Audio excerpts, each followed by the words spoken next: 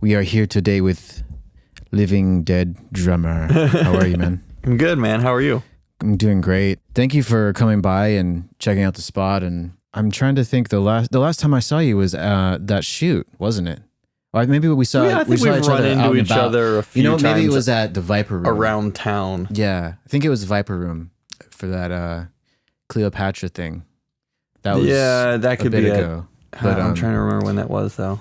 Man, I don't know. I know we've run into each other like a handful of times just out on the town. Mm-hmm. So, and I'm trying to remember that last video shoot we did, and it brought back a bunch of memories because I was like, oh yeah, Nick's coming by today. I'm gonna I was checking out your site and just checking in on what you've been up to recently. And then I remembered I was looking through your credits, and then I was like, oh yeah, that video, that music video we did.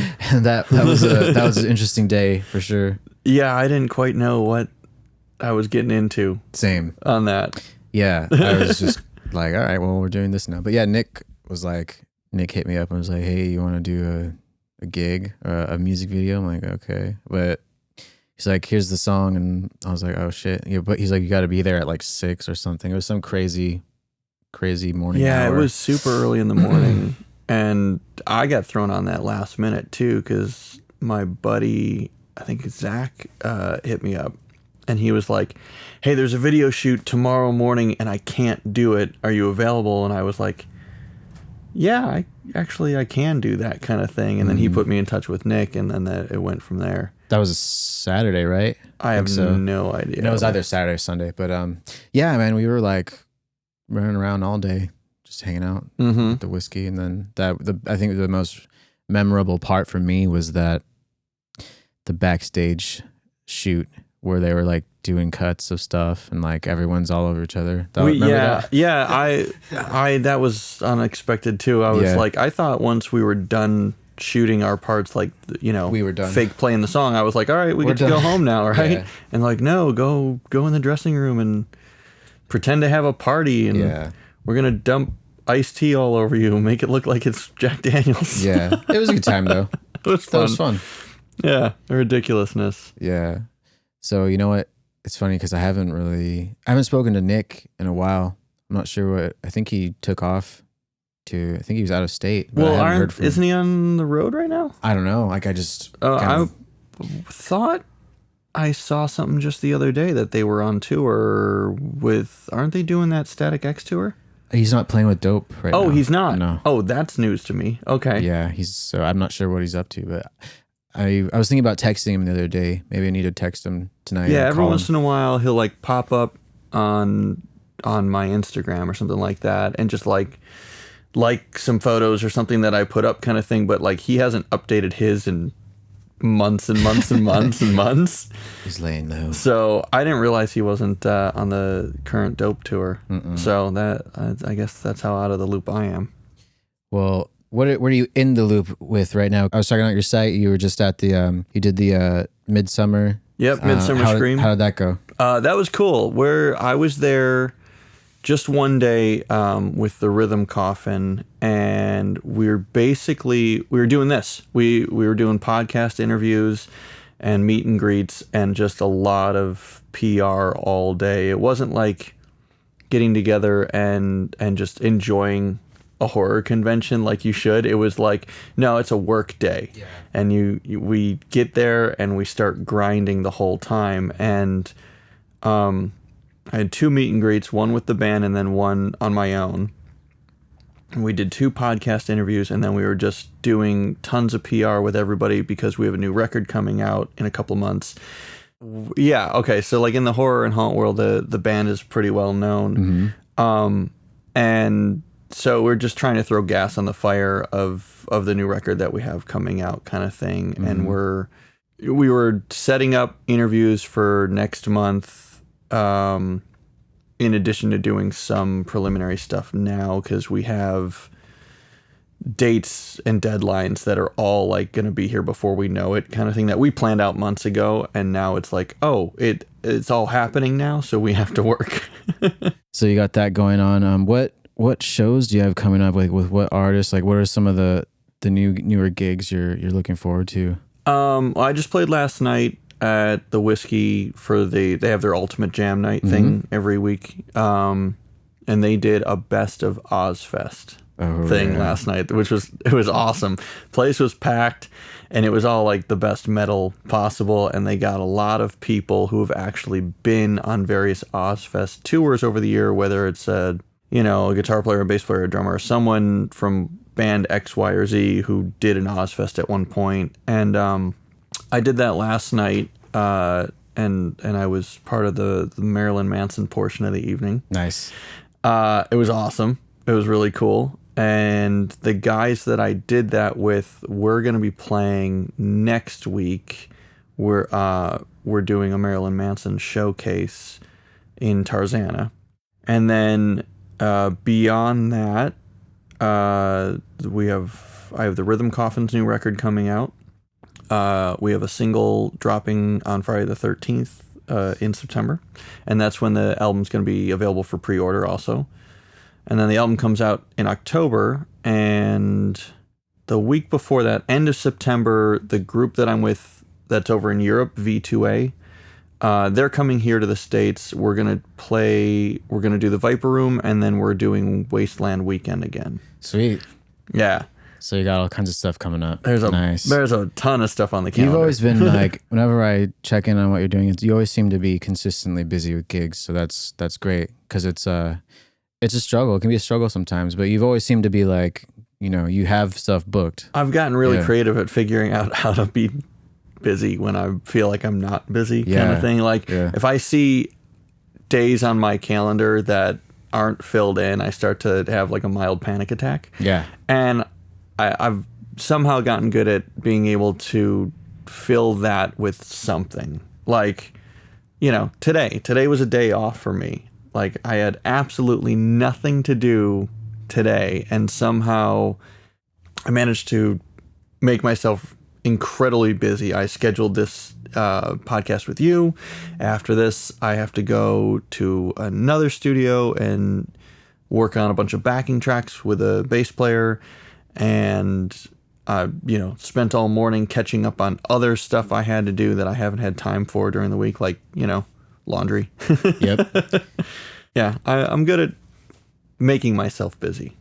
Yeah, same. I kind of have a similar thing where it's like if I see a few days during a week, like weekends I'm cool. Like if I don't have anything on, I try to keep Sundays completely open just for like myself. Saturdays I usually work, but sometimes I don't. But if I see like any days during the month, during the week where there's nothing going on, there's nothing scheduled, then I kind of have the same kind of thing where I get a little nervous. Yeah, you're like, so I'm like, well, I gotta, am I forgetting something? Even if I'm not getting paid for it, I need to figure something out to keep myself busy. Like just something, like whether it's a podcast, or if I'm just going to a show, or if I'm meeting up for dinner with someone or whatever, just to keep things active and all that. But yeah, totally. Yeah, like same thing. Like I want to make sure I got a pretty full calendar. Otherwise, I feel like I'm forgetting something. If I have a day where there's absolutely nothing, I'm like, something's wrong. I'm missing something. I'm late for something. What did I forget to put on my calendar? Yeah, well, we might be a little bit of workaholics though. So maybe just a touch. So I'm willing to bet you spend, at least, 90% of your week in this room. Yeah. It's a challenge to like, I have to force myself to step away and be like, okay, well, I got to go to the gym, or I need to go hiking. I need to get the fuck out of this cave, because when you do it for this many years, like it can deteriorate your health if you don't make a conscious effort to stay active and work out, go out and get in nature. At least for me, like I've noticed over, I've been doing this for like, I'm 33, so like 11 years, not in this exact space, but I've been like in studios in front of screens for a while. So I noticed like maybe in the past, like 3 years ago, as I started to notice, okay, yeah, I really have to make a huge effort to stay active, get into nature, even though I don't like it.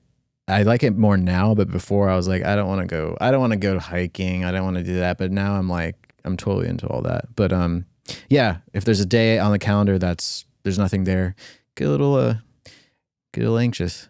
You know? Yeah, totally.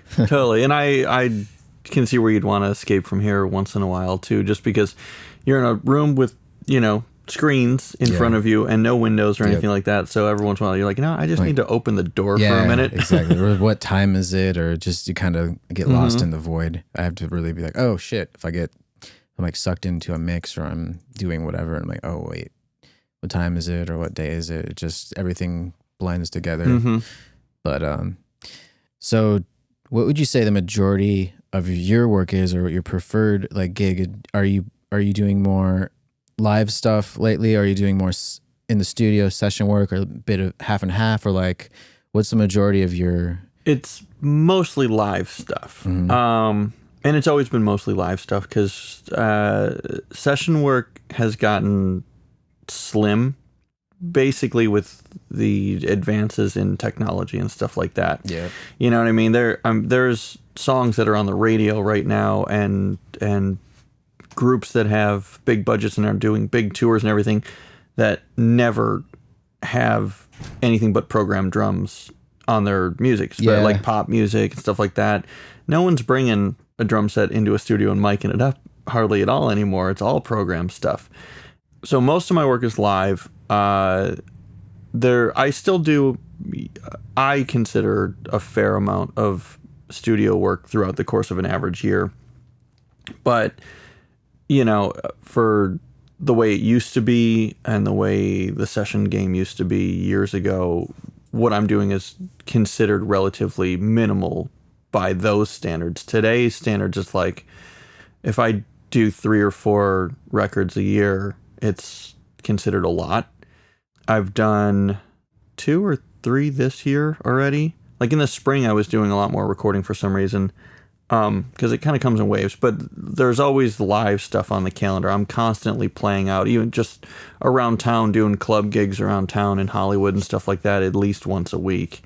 So most of the stuff is live, and I don't know that I have a preference one way or another, because they're just two very different animals. I like being in the studio. I like recording. I like that atmosphere, but I also like being on stage. So yeah, I don't know if I got a preference one way or the other. They're just very different. Yeah, absolutely. I thought when I first started music that I wanted to be in a band. I wanted to do the stage. I wanted to tour, all that. Then as I got older and I got more into production, I was like, I guess it's not really what I really wanted, because now I'm just like completely content with, I could be in, the studio all day and I don't really crave playing live. But having said that, I do miss, there's been certain years in my life where I was playing live with different bands, and I do miss it here and there. So I've been working on a project trying to get something going, but it's not like, for me, I'm completely happy. Just if I never had to play a live show again, I'd be fine. I mean, I'm not dying to do it, but I do miss it sometimes. So we'll see what happens. But yeah, I'm just realized personally, it's like I'm just a studio guy. And that's and there's absolutely nothing wrong with that, about having your preference to be like just a studio guy or just a live guy. Like I know a lot of people that are the same way, and I know a lot of people that have discovered how much they like being in a studio after they've spent years kind of dogging it out and playing clubs and doing van tours and stuff, and then they get into the back end production stuff and they discover, oh my god, I really like this is cool, this is fun, I'm having a good time with it. Being a drummer, I never really ventured into the production side of things too much. I enjoy it. I mean, I don't know how to use Pro Tools. I never learned that stuff. So my experience with being in a studio is very different, because I'm not as hands-on with what's going on behind the board. I'm like, no, like I'm going to go sit down, I'm going to play my drums, and then I'm going to see how it sounds. And you know what I mean? Yeah. I do enjoy kind of stepping back in more of a music director and producer role once in a while, where sometimes groups will let me be a little more hands-on on that side of things, even though I'm just coming in to track drums or whatever. They'll give me a little bit more of a say, or it's not just you're hired to play the drums and then get out kind of thing. And I do dig that quite a bit, where I can sit with an engineer behind the board and I don't know what the hell they're doing. I don't know what knobs they're twisting and what plugins they're pulling up, and I don't know anything that's going on, but I can say, hey, use this take instead of that one, cut it right here, can we blend that, what if we did this, can you turn this up, turn this down, make this sound more like that kind of thing, and puzzle piece a vision together a little bit more that way. I've done that a handful of times, and I actually really like doing that. And that's, like I said, I'm going to meet up with a bass player after we're done here, and that's kind of what I'm doing for that is, he's programming a bunch of backing tracks for a show we have coming up, and I basically just ran through all of the recordings, took notes on everything I wanted on the backing tracks and how I wanted it and where we could splice this and cut that and loop this. And now I'm basically going over to hear what he's put together and then to sit over his shoulder and dictate. Well, yeah, it makes some tweaks. Yeah. Yeah. And I do enjoy doing that. I just don't get to do it often. You know what I mean? Yeah.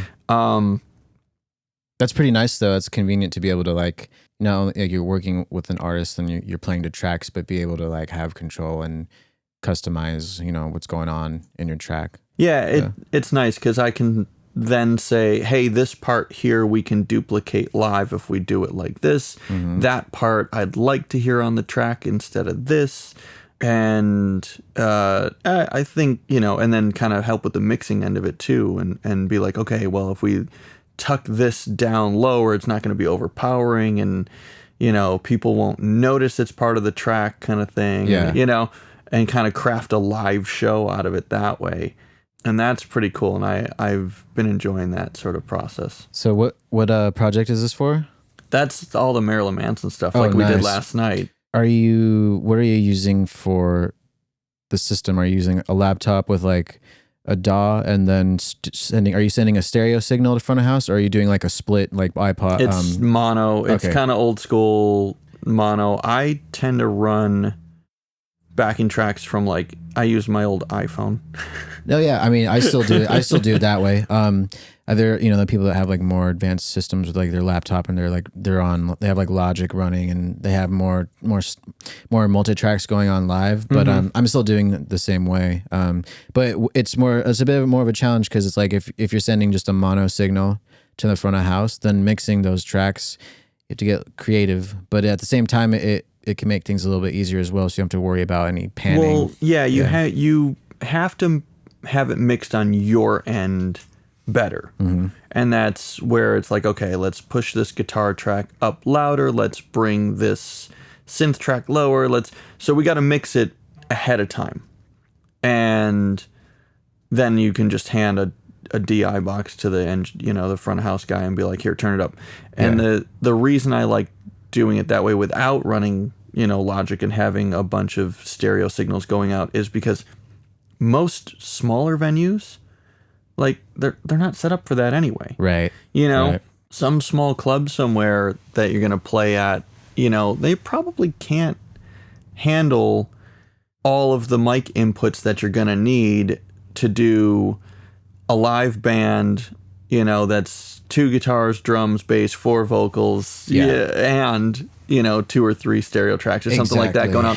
So just running it mono's easier. I haven't had any issues with it. I used to, back in the day, have a laptop running and stuff like that, and I know a lot of guys that do that, but there have been so many problems with it where if you're just in close quarters, you can make the hard drive skip from the low end from the bass or something like that, and I've seen disasters over and over again. There was a show I was doing a few months back, and the opening band was running tracks, and it was basically I think it was a singer and a guitar player or a keyboard player or something like that. It was real minimal setup, and they were touring act from somewhere, I'm not sure where, but they played one song and then got off stage because the dude's laptop crashed.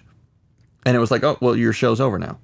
That's not smart. That's it. Show's over. At least have a backup iPod or something. Something, right? Yeah. Show's over. Wow. And it was a bummer. And then I went on with the group that I was playing with, and we're running tracks too, but we were running it mono, and we were fine. Yeah. You know, it's much safer, I'm for sure. But yeah, it's like, I guess if you're running like if you have a laptop with like a solid state drive or something that, yeah, I mean, you know, I used to play in I won't name the name of the band, but I played with a project years ago, and they had everything running off the laptop, but it was Logic, and they had back then they were even more expensive than they are now, the solid state drives and laptops. But they had one of those, and they were literally like, it was a stereo signal of the tracks, but the tracks were individual in Logic, so if like the drummer wanted to adjust something on the fly, he could. But it was a stereo signal to front of house, but it was also controlling in Logic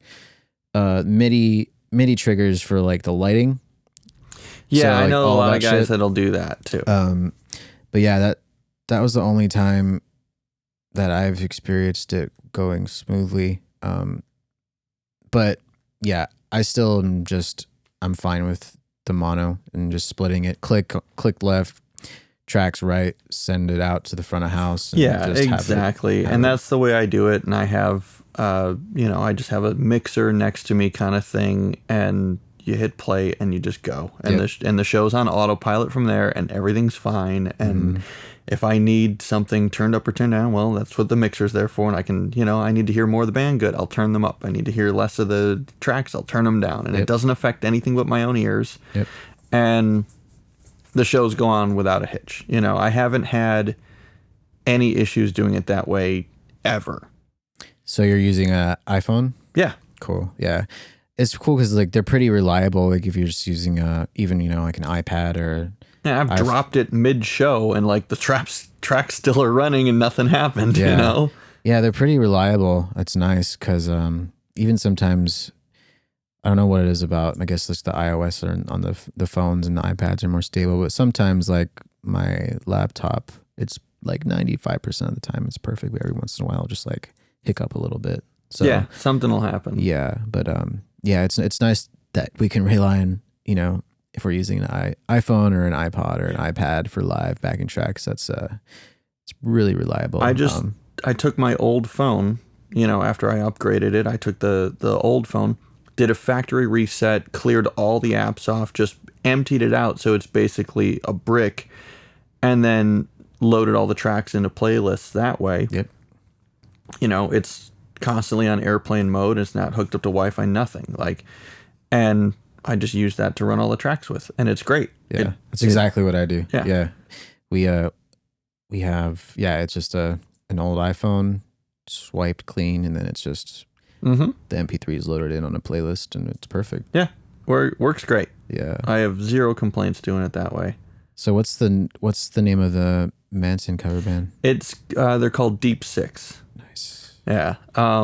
It's pretty cool. Like it started almost as a goof. Like a month or two ago, this guy hit me up. There's 100 different, jam nights in LA, and none of them are really jam nights because no one's actually jamming. It's all scripted. It's all, you have to be invited to come out, and they say, we want you to play this song, and that's it. And you don't know who you're playing with until you get there. And, okay.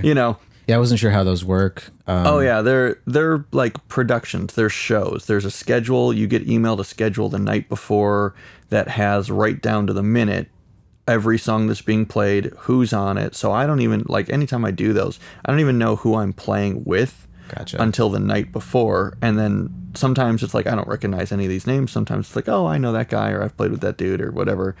But they tell you ahead of time, we want you to play this song, and that's it, kind of thing. There's no actual jamming. Okay. Interesting. And there's 5 or 6 of them a week at various venues around town.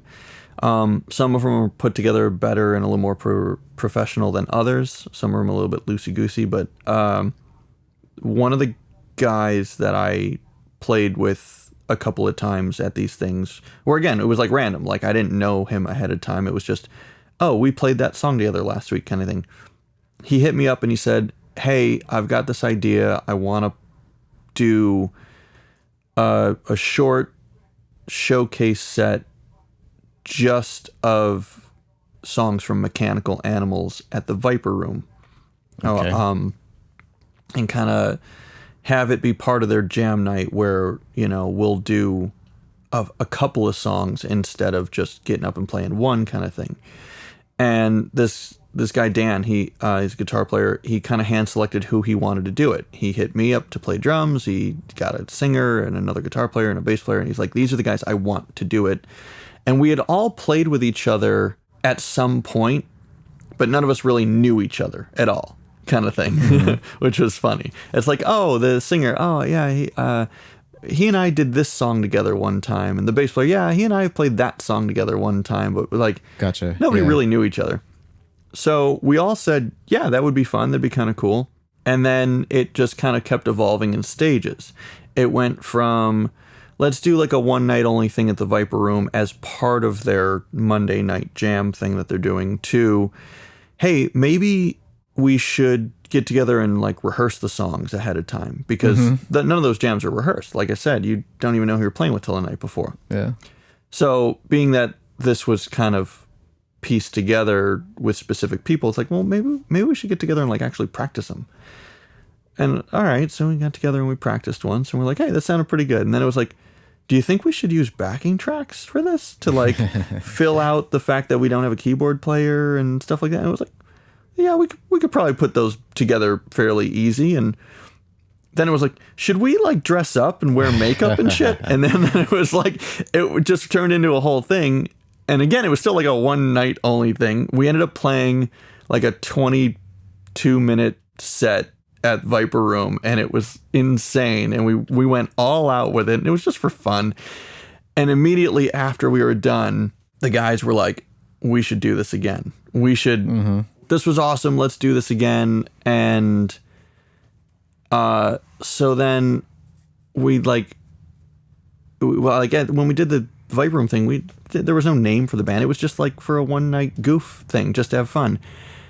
And then a couple of weeks ago, the Rhythm Coffin was headlining a show in North Hollywood, and we had G. Tom Mack playing the show, which he did the soundtrack for The Lost Boys, and he just wrote all the music for the Lost Boys musical, I guess, that's coming out or something. Nice. And he was performing, and then the Rhythm Coffin, and then we had a touring act that we stuck on the end of the night kind of to play cleanup. And like 3 days before the show, the entire tour was canceled. Damn. And we're like, we would like to get another group in there, and it's got to be someone that fits with the vibe of, kind of goth, kind of spooky, kind of Halloweenish. So they're like, hey, would those guys from the Manson thing you did be interested? And I was like, I don't know. Let me call them. So, with 3 days notice, I was like, you guys want to play a show this Saturday? Nice. And so we ended up doing that. And then we've just been getting tons, like the word got out that there was a new band in town kind of thing. And we just been getting offers left and right to do other gigs and with like tribute band nights and stuff like that. And I've never liked tribute bands. I kind of loathe it. And I don't like playing in cover bands. And I really don't like the idea of tribute bands at all.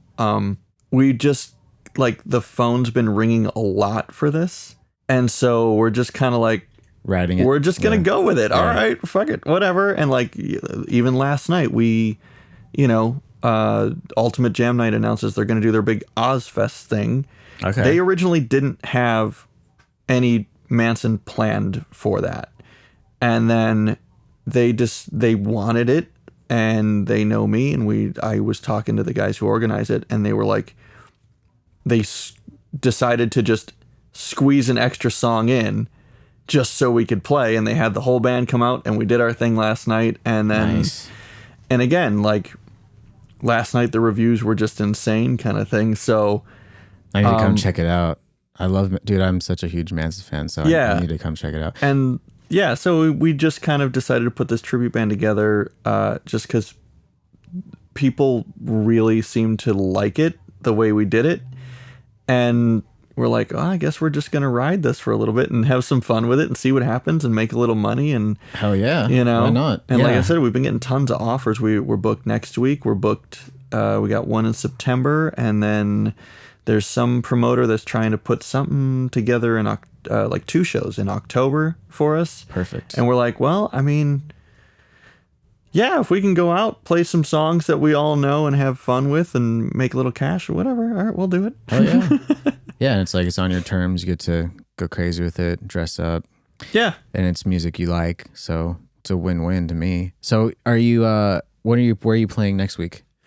Petey's place in Tarzana. Okay, I'm going to come check it out. Yeah, it's an early one. It's a showcase because Petey's place does like tribute band nights once in a while. And we were in touch with them, and they said, they're like, we don't know where to stick Marilyn Manson, because they'll do Ozzy and they'll do Iron Maiden and all the like the typical ones, right? And they're like, we don't know where to stick Manson. And then they said, would you guys do a showcase for us, almost like a live audition kind of thing? What? Yeah, and that way, then we can start putting bills together that involve you. And we agreed, so it's an early show. It's a Wednesday. We're playing at like 8 o'clock or something like that, but we're doing a full hour-long show. Oh, nice. And yeah. And then we already have another gig at Petey's booked for September. They're putting together a vaudeville night. Ah. And we got asked to close out the night because they're going to have burlesque dancers and all kinds of different stuff going on, and they thought that would fit the evening, so we're like, yeah, I guess it will fit the evening, let's do it. Sweet. Busy with that. What other live gigs do you have coming up for the rest of the year besides the other project you mentioned? The Rhythm Coffin is booked right now all the way until the end of the year with stuff pretty much every month. Cool. Yeah, we've actually done a lot less this year than normal. We typically, that band plays at least once a month.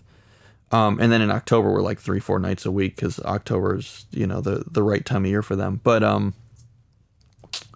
we've actually been a little bit more sporadic with the gigs this year, just because we've been working on this new record, and there was a lot of moving parts to it that we went more extreme with than we have in previous recordings and stuff like that. We brought in special guest vocalists and stuff. And so later this month, we're going to reveal the album artwork, which will also reveal a specific song that we're going to be dropping as the first single. Single drops Friday the 13th in September, along with pre-sale. Album drops October 1st, and then in October 13th, we're playing at CIA in North Hollywood. We're October 31st, we're going to be in Tarzana at Petey's place doing a big Halloween bash. It's going to kind of, even though the record will be out by then, it's going to also kind of serve as a record release party. We're putting more things together for October right now. We're usually, like I said, like 3 nights a week at least in October. November, we're doing, there's the SoCal Hearse Club. Whoa. And and it's like they do car shows and stuff, but it's all hearses. It's awesome. And they're having their big anniversary. I think it's like their 25th anniversary or something. We're playing that. And then every December, we do a big, giant Christmas bash called Creepy Christmas. And it's a show we put on ourselves. We book all the other entertainment and performance. It's usually not even other bands that play. Like, we'll play, but we'll have sideshow performers, guys who are, swallowing swords and laying on beds of nails and stapling dollars to themselves. And, excellent. Nice. We do a lot of stuff like that where we'll have those people come out and perform. And we're working on a couple other things for December right now. And then, like I mentioned before, V2I's coming back over here. We're going to do Wasteland Weekend again, which is the 10th anniversary of Wasteland. We're going to do a Viper Room show. I'm probably forgetting stuff, but off the top of my head, so that's everything till the end of the year kind of deal. Going on, man. Nice. Yeah, there's tons of stuff. Now that when you were talking about, the jam nights. Now I'm trying to think. So there's Whiskey Ultimate Jam Night. Then there's the Lucky Strike, right? That's once a month. Okay, and then there's the Skinnies. Skinnies is every Wednesday. What are the other ones? I don't know the other ones. Viper Room is every Monday. Okay. Then there's another one at State Social House every Monday. There is my buddy Tiny does one in North Hollywood at I forget the name of the bar. Oh, Universal Bar and Grill. He does one there.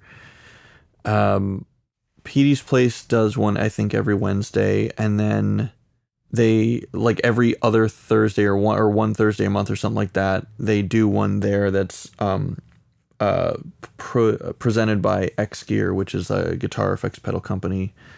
I think they do one once a month there too, and there. I mean, it's like overwhelming. I got added to a Facebook group recently that's called Too Many Jams. And I'm wondering too, like, I know you explained before how they're all planned out. Do you know of any that are just like actual real jams? Yeah. Because I'm sure there's a bunch of like jazz jam nights, right? I don't know about jazz, but I know there's a blues jam. Uh-huh. I think it's every Monday at the Park Bar in Burbank. And I haven't been there in a really long time, but me and my buddies used to go there, and that's like a proper blues jam where like you put your name on a clipboard and they're just playing whatever all night long. Nice. And then every once in a while they'll just grab the clipboard and be like, so-and-so, okay, get up here. Yeah. Alex, grab a guitar, come on up here and plug in, you know what I mean? And you don't know what you're about to play, nothing. That's I've gotten that's real on drums where I'll sit down for 2 or 3 songs on drums there, and they're like, we're gonna play this song. I'm like, I don't know that one, and they're like, don't worry about it. Nice. That's like an actual jam, but I haven't done that one in a long time because Mondays have gotten busy where it's like if I'm not doing one of the quote unquote scripted jam nights kind of thing, then I'm usually like in the studio with somebody rehearsing or whatever else it is kind of thing. Speaking of like actual jamming and, improvisation and getting up and, playing with people you've never played with, like, for example, do you have had any gigs where you're just kind of finding yourself writing charts for any live gigs, or are you just kind of more of a, I'm going to memorize this and play it, or because I was chatting with the other day. Do you know who Ty Dennis is? I know that name. Yeah, he was in here, and he plays with Robbie Krieger. Okay, he plays a lot of the Doors material, but okay, that's how he charts shit out. Like we were talking about charts, and then we got into stuff about this drummer. He's a crazy session drummer. He charts everything out. Kenny Aronoff. Oh, Kenny, yeah. But yeah, I was wondering, do you find yourself writing things out for gigs, or are you just more of like learn it and memorize it? Or no, I don't memorize anything. I chart everything I do. I never ever memorize anything. I write it down and just read it, and I cheat, and that's it. And if I know if it's a group I'm going to be playing with regularly, or I know I'm going to be doing a block of gigs with them or a tour or something like that, usually by gig number 2 or 3, I don't need the charts anymore. But that first gig especially, I'm reading on stage the whole time, and I have like a little tiny music stand that mounts underneath my hi-hats, and it's got like a little tiny book light on it. And so no one can see it on stage, really. It's like very camouflaged and hidden within the drum set. Yeah. And I just have to glance down every once in a while. And my charts, too, some of them have gotten elaborate. If it's something really very, very difficult or particular where it's like, the kick drum pattern changes every other bar for 16 bars and it never plays the same thing twice. For something like that, I'll actually write down the notation and the music for the entire song as if it was written in a, music book kind of thing. Mm-hmm.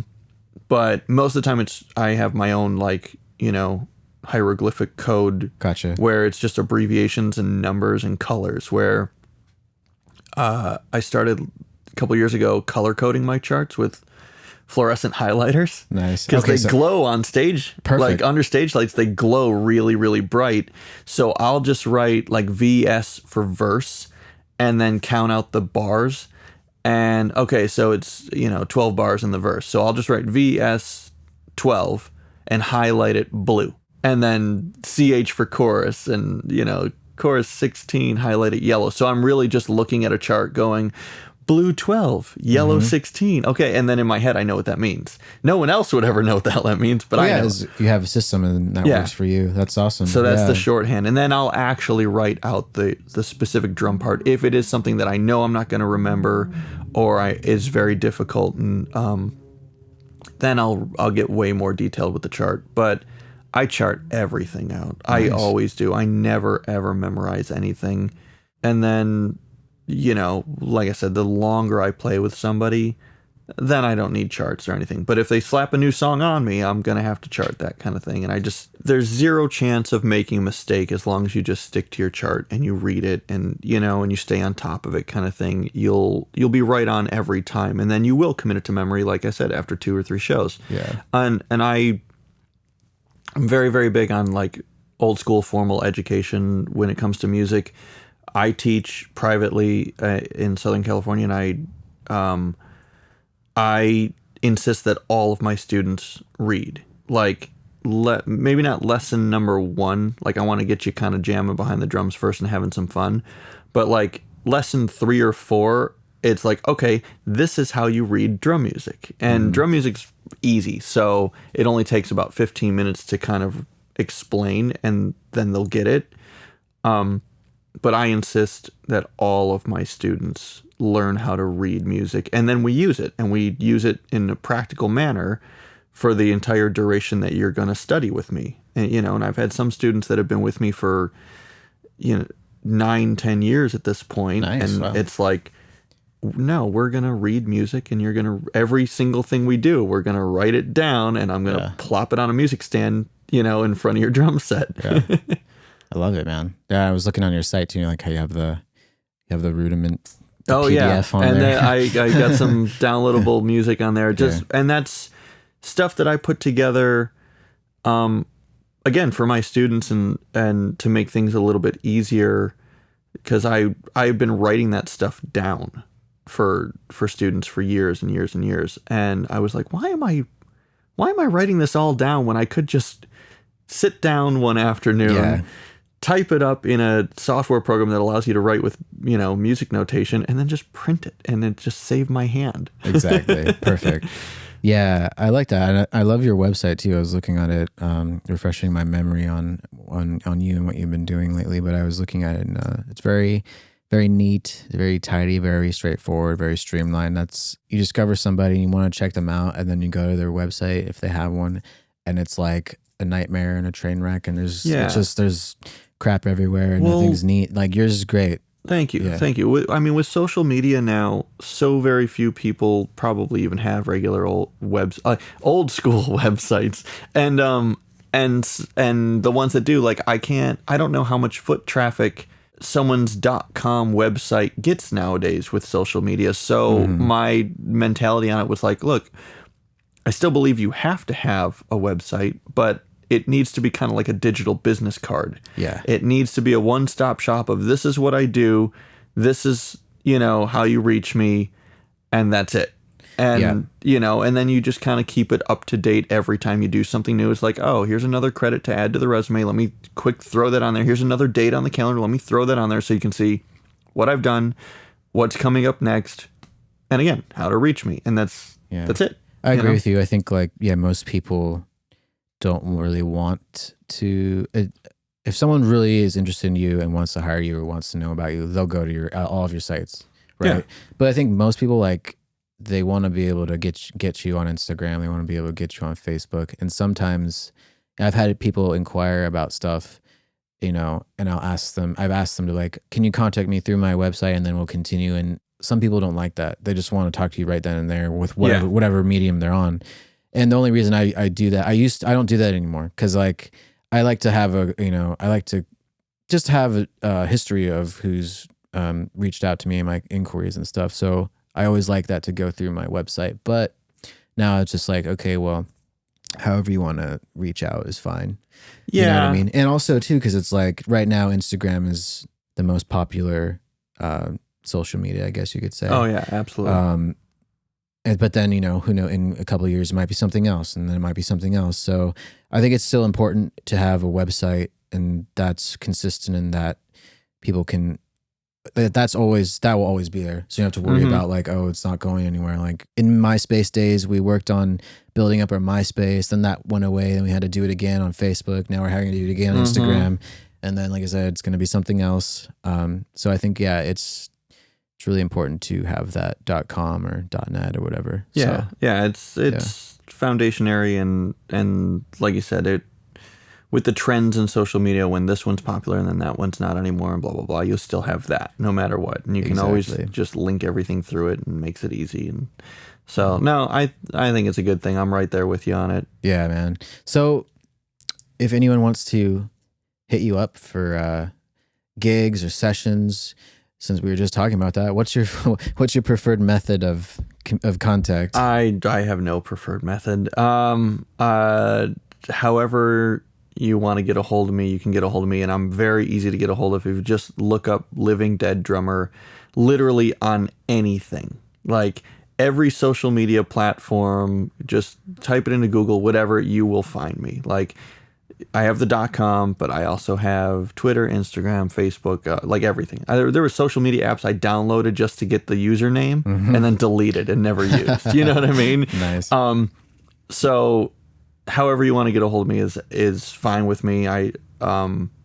Email is usually a little bit better because I can keep it more organized and I don't have to sort through ongoing conversations I'm having with friends or like group chats with different bands or something like that. Right. So, my email address is just livingdeaddrummer@gmail.com. That's for business related stuff. That's usually a little bit faster just because it's direct. It's direct. It's more organized. And like I said, it's not going to get lost in a dozen other messages that I got on Facebook that day. Exactly. Or it's not going to go to your others folder or whatever. Right. Which that happens a lot too. And I look and I got like 6 messages from people that I'm not connected with yet. And it's like, oh shit, I didn't know that was there. Exactly. Sorry. And, and that's problematic when it comes to social media too, because unless you're already hooked up with somebody, you're not going to see that message right away. And I've had people lose out on work that way on both fronts, where I've hit somebody up about a gig and 2 months later they reply back, dude, I had no idea, I just saw this, sorry. Or vice versa, where I've missed out on stuff too, and I'm like, I'm so sorry, I didn't know that you sent me this message 3 weeks ago. Yeah, it's kind of funny how certain, like, different people will react to that, because I've had situations where, like, I've met someone out and about, and they're like, maybe they try to reach out, but I never got the message, because like we're not friends on Facebook, so the direct message goes into the archive or to the spam or whatever, and like some people they'll remember that that you didn't respond to their message, and then they'll, like, I've just had a couple situations like, well, I thought you were I didn't like you, or I thought you were ignoring me, and blah blah blah. I'm like, oh no, just sometimes it goes to the folder. Man, yeah. Sorry, But yeah, it's kind of silly. That's why email is better. And most of the time that goes straight through, like 99% of the time. Sometimes it might go to spam. It's rare that I get something that goes to spam that's like was important. Yeah. So I keep pretty good filters on all of it and everything. So it's rare that something will slip through the cracks. So email's usually pretty good. Sweet. Well, Nick, thank you for coming in and checking out the spot and having a chat. And it's really good to see you. Glad you're still grinding and doing your thing and keeping the dream alive. It's inspiring. So thank you, man. Thanks for having me. The place is great. I'm happy I finally got to come down here and hang out and check it out and chit chat a little bit. It's awesome. Thank you. Right on, Nick. Well, we're out.